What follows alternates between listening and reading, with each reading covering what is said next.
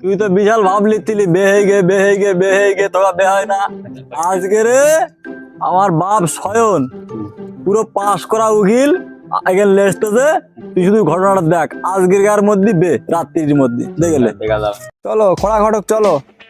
সেই আমার ছেলে বসে আছে, সেই ওই তোমার ছেলে সেই যে বন্ধুদের সাথে বসে আছে, পাগল হয়ে যাচ্ছে দেখো।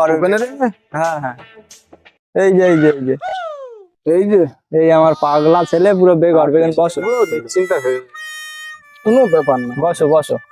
বস কোথায় লেগেন। হ্যাঁ হ্যাঁ, কত দূর থেকে বসে এই ঘটকটা নিয়ে বল কিরাম মেয়ে আর এই ঘটক আজকের মধ্যে বেঁধে দেবে দেখলে। আরে 100% গ্যারান্টি। দাদা কিরাম মেয়ে রে তোমার কাছে বলো দিন। কি মেয়ে লাগবে? সব রকম মেয়ে আছে আমার কাছে রে বাবা। চাইনিজ আছে, প্লাস্টিক আছে, হ্যাঁ লোহার আছে, নরম আছে, গরম আছে, পাতলু আছে, মোটু আছে, সব রকম আছে। এতক্ষণ তুমি শুনেছো ইয়ং মেয়ের বর্ণনা, হ্যাঁ দাদা। এবার বেওলা মেয়ের বর্ণনা। হ্যাঁ বেওলা মেয়ে মনে হয় ভালো হবে, কারণ আমার ছেড়ে আর জীবনে যাবে না। তুমি বেওলা এই তো এতদিনের সবার আমি জ্ঞানী ছেলে পেয়ে গেছি। তাহলে শোনো, 3টে ভাতা ছাড়া মেয়ে আছে, হ্যাঁ দাদা। 4টে ভাতা ছাড়া মেয়ে আছে। এই ভাতার ছাড়বে তা লেদার ছাড়বো না, এই মেয়েও আছে আমার কাছে। আচ্ছা আচ্ছা 12টা ভাতার মেয়ে পিসে এক জায়গায় করলি, যে মেয়ে সেই মেয়েও আমার কাছে আছে। তোমার কোনটা পছন্দ বলো?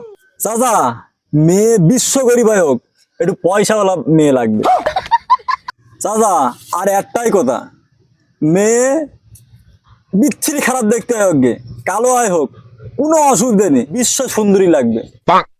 বলছি ঠিক আছে, উকিলও বললো তুমিও বললে, এবার আমরা দুজনে একটু আলোচনা করি। তুমি বন্ধুলে চল যাও, আমরা আলোচনা করি। ওর একটাই উপায় আছে, কি উপায় বল দেখি? একটাই মেয়ে আছে, স্বামী ফোন করেছে, ওই একটাই মেয়ে আছে, ওই মেয়ে ছাড়া আমার কাছে মেয়ে। তাহলে ছেলের সাথে কিছু বলার দরকার নেই, চুরি করে ওই মেয়ের সাথে বেঁধে দে। হ্যাঁ তাই হ্যাঁ? করবো। ছেলে না তো মানবে না, বিয়ে না করে মানবে না। ঠিক আছে চলো।